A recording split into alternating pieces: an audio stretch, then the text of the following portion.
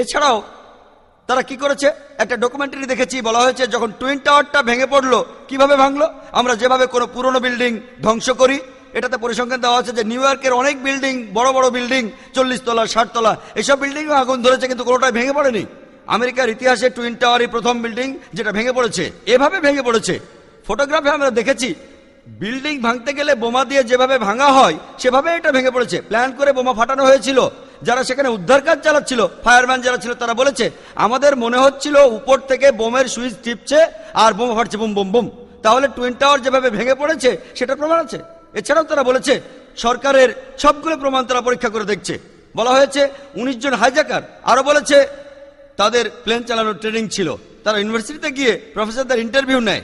আপনার কি ধারণা এই লোক এমন কাজ করতে পারে? অসম্ভব। আপনারা দেখবেন প্লেনটা যেভাবে টার্ন নিয়েছে। আর আমি সিনিয়র পাইলটদের সাথে কথা বলেছি যারা বড় বড় বোয়িং চালায়, বড় বড় এয়ারবাস, অনেক বছর ধরে। তারা বলেছে এইভাবে টার্ন নেওয়া অসম্ভব। তাহলে চিন্তা করুন, কয়েকদিনের ট্রেনিং এইভাবে প্লেন চালাতে পারে। বিশেষজ্ঞরা বলেন এটা অবশ্যই মিলিটারি প্লেন।